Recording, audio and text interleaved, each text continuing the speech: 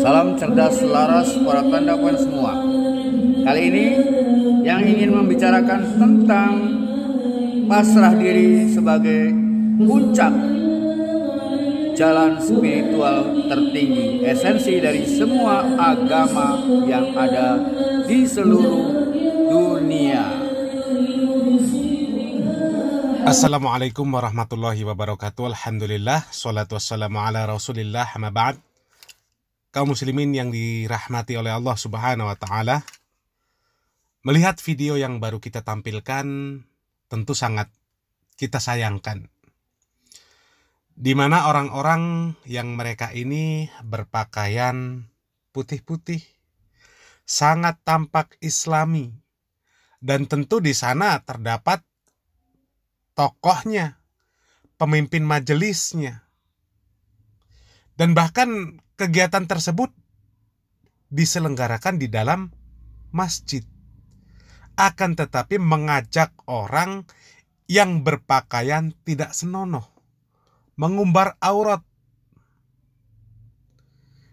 Yang seperti itu biasanya ketika diingatkan bahwa apa yang mereka lakukan itu adalah sebuah kesalahan, yang mereka lakukan tersebut adalah sebuah pemahaman yang menyimpang, mereka biasanya tidak akan menerima, akan membantah dengan berbagai alasan, bahkan memberikan lakop atau sebutan kepada orang-orang yang mengingatkan akan salahnya tindakan mereka, akan salahnya pemahaman mereka yang seperti itu.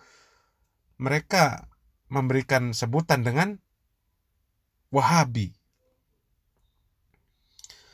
Padahal seharusnya mereka memahami dan juga mentaati bagaimana aturan-aturan, bagaimana adab-adab masuk ke dalam masjid, masuk ke dalam rumah Allah yang mulia, di mana masuk ke dalam masjid ini harus memakai adab-adab yang telah diatur oleh syariat. Masuk masjid saja itu diatur bagaimana masuk ke dalam masjid. Kaki kanan terlebih dahulu membaca doa. Sebelum masuk masjid, badan harus bersih, berpakaian yang rapi, menutup aurat, memakai wewangian. Kalaulah kita harus berhusnuzon bahwasanya apa yang mereka lakukan itu adalah proses mendakwahi orang tersebut, harusnya diberikan pakaian yang rapi terlebih dahulu sebelum diajak masuk ke dalam masjid. Diikat dulu dengan aturan-aturan bagaimana adab-adab masuk ke dalam masjid, masuk ke dalam rumah Allah yang mulia. Terlepas setelah keluar dari masjid tersebut, setelah selesai acara tersebut, dia akan kembali berpakaian seperti itu, maka itu urusan orang tersebut secara pribadi. Dan kemudian mereka yang berpakaian muslim, mereka yang hadir di sana, terlebih tokoh yang ada di sana, pemuka-pemuka agama yang ada di sana, yang memimpin majelis di sana, mereka sudah terlepas dari kewajiban mengingkari kemungkaran, di mana Rasulullah Shallallahu Alaihi Wasallam bersabda, "Man ra'a minkum mungkaran, falyughayyiru biyadihi, fa illam yastati fa bilisani, fa illam yastati fa biqalbi, wa dzalika at'aful iman."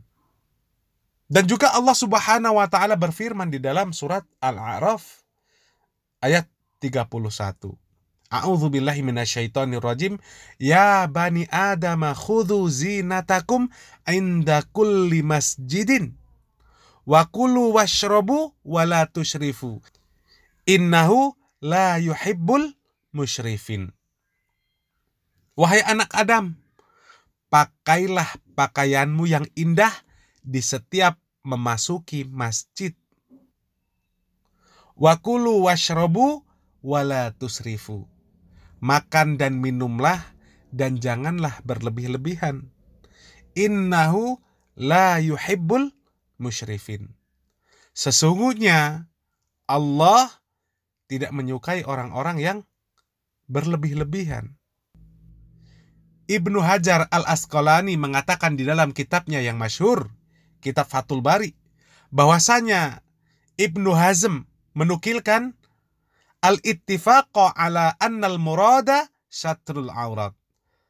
Telah menjadi kesepakatan atau telah sepakat para ulama bahwa yang dimaksud dengan ya bani Adam khudhu zinatakum, zinatakum di sini yang dimaksud perhiasan di dalam ayat ini adalah menutup aurat. Semoga apa yang kami sampaikan yang sedikit ini bermanfaat. Barakallahu fikum. Wassalamualaikum warahmatullahi wabarakatuh. Untuk menyempurnakan pahala Anda ketika menuju masjid, berikut beberapa adab yang diajarkan Rasulullah SAW ketika berangkat ke masjid. Pertama, berwudulah dari rumah dan bukan di masjid. Terdapat banyak dalil yang menunjukkan keadaan yang sesuai sunnah adalah berwudu di rumah dan bukan di masjid. Di antaranya adalah hadis dari Utsman bin Affan radhiyallahu anhu. Nabi SAW bersabda, "Man tawadda'a lis-salati fa asbagha al-wudu'a, thumma masya ila as-salati al-maktubah fa shallaha ma'an nasi aw ma'al jama'ati aw fil masjidi ghafarallahu lahu dhunubahu." Siapa yang berwudu untuk salat dan dia sempurnakan wudunya, kemudian dia menuju masjid untuk salat fardu, lalu dia ikut salat berjamaah atau salat di masjid, maka Allah mengampuni dosa-dosanya. Hadis riwayat Muslim. Zahir hadis ini, wudu tersebut dilakukan sebelum berangkat menuju masjid. Itu artinya wudu tersebut dilakukan di rumah. Di samping itu, terdapat dalil tegas yang menunjukkan hal ini. Hadis dari Abu Hurairah radhiyallahu anhu, Nabi SAW bersabda, "Man tatahhara fi baitihi, thumma masya ila baitin min buyutillahi liyaqdiya faridatan min faraidillah." Siapa yang berwudu di rumahnya, kemudian berjalan menuju salah satu rumah Allah untuk menunaikan sholat wajib, dan seterusnya. Hadis riwayat Muslim. Kedua, gunakan pakaian yang sopan dan suci. Allah berfirman yang artinya, "Ya bani Adam, khudhu zinatakum 'inda kulli masjidin." Wahai bani Adam, gunakanlah perhiasan kalian setiap kali menuju masjid. Quran Surat Al-A'raf ayat 31. Sebagai orang yang beriman, seharusnya kita merasa malu ketika mengenakan kaos atau pakaian tidak sopan ketika menuju masjid, sementara kita sadar bahwa kita hendak menghadap Allah. Ketiga, bacalah doa ketika keluar rumah. Di antara doa yang disyariatkan adalah Bismillahi tawakkaltu 'alallahi la haula wa la quwata illa billah. Dengan nama Allah, aku bertawakal kepada Allah. Tiada daya dan kekuatan kecuali dengan Allah. Membaca doa ini ketika keluar rumah memiliki keutamaan besar. Sebagaimana disebutkan dalam hadis Anas bin Malik radhiyallahu anhu, bahwa Nabi SAW bersabda, apabila ada orang yang keluar dari rumahnya, kemudian dia membaca doa di atas, dikatakan kepadanya, kamu diberi petunjuk, kamu dicukupi, dan kamu dilindungi.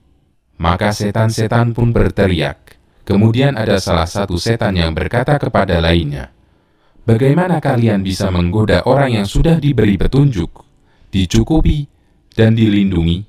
Hadis riwayat Abu Dawud, Turmudi, dan disahihkan oleh Al-Albani.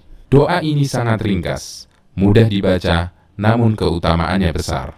Tidak dijumpai riwayat yang menganjurkan mengangkat tangan ketika membaca doa ini.